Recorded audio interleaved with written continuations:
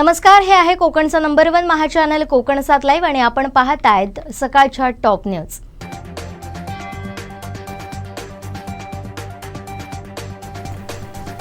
देगवे येथील शासकीय जंगलात खैराची तोड करून तस्करी करणाऱ्या पुष्पा गँगवर संयुक्तिक कारवाई करून एका आरोपीला ताब्यात घेण्यात आले, तर झटापटीत 2 आरोपी फरार झाले। अटक आरोपी महेश कुडव राहणार इंसुली याला तपास अधिकारी सावंतवाडी वनक्षेत्रपाल मदन क्षीरसागर यांनी कोर्टात हजर केलं।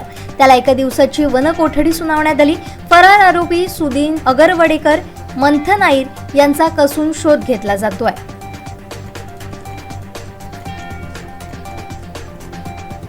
अखेर मान्सून अंदमानात धडकलाय। अंदमान निकोबार बेटांपैकी नानकोवरी बेटावर मान्सूननं हजेरी लावली आहे। अंदमानात मोसमी वाऱ्यांसह पाऊस सुरू झालाय। दरवर्षी मान्सून अंदमानामध्ये 22 मेला दाखल होतो, मात्र यावर्षी 3 दिवस आधीच मान्सून अंदमानमधील काही भागांमध्ये दाखल झालाय।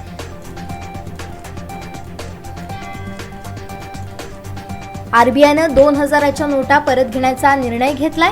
रिझर्व्ह बँकेनं जारी केलेल्या निर्देशांनुसार देशातील सर्वसामान्यांना 23 मे ते 20 सप्टेंबर या 4 महिन्याच्या कालावधीत आपल्याकडे असलेल्या 2000च्या नोटा बँकेत जमा किंवा बदलून घ्यावं लागणार आहेत। अर्थात तोपर्यंत 2000च्या नोटा चलनात असतील आणि व्यवहारही होऊ शकतील, असं आरबीआयकडून स्पष्ट करण्यात आलंय।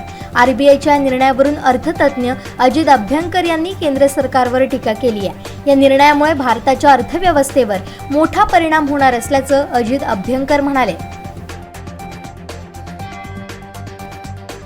बांदा शहरातील आळवाडी इथं झोपड्या बांधून राहत असलेल्या परप्रांतीय मजूर कुटुंबातील 3 ते 10 वयोगटातील 5 मुलांमध्ये गोवर सदृश लक्षणं आढळल्यानं आरोग्य विभागात एकच खळबळ उडाली आहे। सद्यस्थितीत या परिसरात आरोग्य पथकाकडून सर्वेक्षण करण्यात आलं असून अजून रुग्ण आढळून आले नाहीयेत। सिंधुदुर्गच्या माता बाल संगोपन अधिकारी सई धुरी या वस्तीला त्यांनी भेट देऊन माहिती घेतली।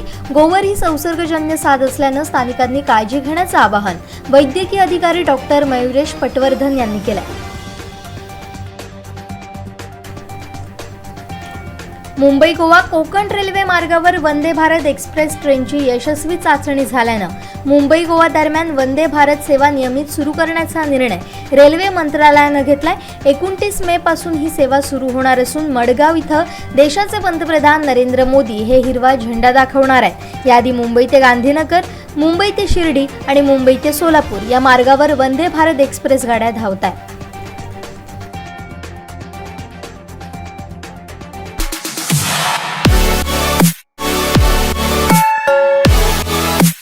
आणखीन काही महत्त्वाच्या बातम्यांसह भेटूया यानंतरच्या बातमीपत्रात। पाहत रहा कोकण 7 लाईव्ह, नव्या कोकणचा ग्लोबल ब्रँड। या बातमीपत्राचे प्रायोजक आहेत SSPM life time hospital and medical college. आमचे दिवसभरातले सर्व अपडेट्स, ताज्या घडामोडी आणि थेट लाईव्ह पाहण्यासाठी सबस्क्राइब करा, लाईक करा कोकणचा नंबर 1 महा चॅनल कोकण 7 लाईव्हचं YouTube चॅनल।